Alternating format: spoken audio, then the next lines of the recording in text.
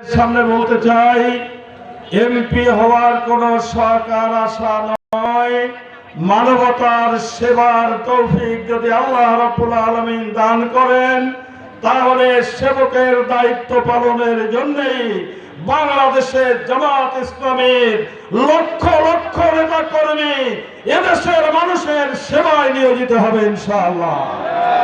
সেই জন্য আমি আপনাদের সামনে বলতে চাই, এই অবহেলিত ফকিরহাট, মোল্লাহাট, চিতলমারি আমাদের মাটির মানুষ কোনোদিন নেতা হয় নাই।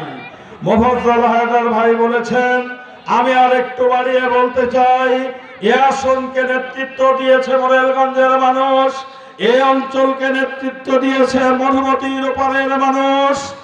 আমি আপনাদের এই এক আসনের চিতলমারির সন্তান।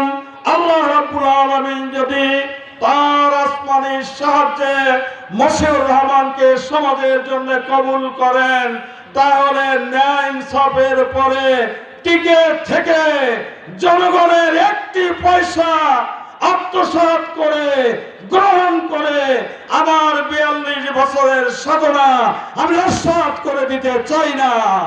আপনাদের কাছে আমি দোয়া চাই। সে ব্যাপারে আমার পরিকল্পনা হলো, এমপি আমি হব না, এমপি হবে এই ফকিরহাট, মোল্লাহাট, চিতলমারির আম জনগণ। আমি 3 উপজেলার বিভিন্ন পর্যায়ের লোককে দিয়ে একটি কমিটি গঠনের মাধ্যমে এমপিগিরি চালাবে। সকল বরাদ্দ অগ্রাধিকার ভিত্তিতে প্রকল্প গ্রহণ করে চালাবে ওই কমিটি। আর আমি ওয়াদা করতে চাই, আমি স্বাচ্ছন্দ্যের সাথে এই 22টি ইউনিয়নের 3 উপজেলায় মেহমান হিসাবে আপনাদের ঘরে থাকবো ইনশাআল্লাহ। মোফাজ্জল হায়দার ভাই আগের একটি জনসভায় বলেছিলেন, ফকিরহাটবাসী যদি আপনাকে সম্মানিত করেন, চিতলমারি যে ফকিরহাটবাসী আপনার সাথে দেখা করবে না, আপনাকেই ফকিরহাট এসে ফকিরহাটবাসীর সঙ্গে দেখা করতে হবে। আল্লাহ তাআলা যদি বিজয় দান করেন, তাহলে যে কয়দিন সময় পাবো ন্যায় ইনসাফের ভিত্তিতে ভাগ করে ফকিরহাটে লজিং থাকবো, মোল্লাহাটে লজিং থাকবো, চিতলমারিতেও থাকবো।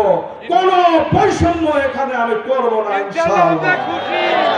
মেগা প্রজেক্টের মাধ্যমে এই অঞ্চলকে সিঙ্গাপুরের একটি অঞ্চল বানানো যায়।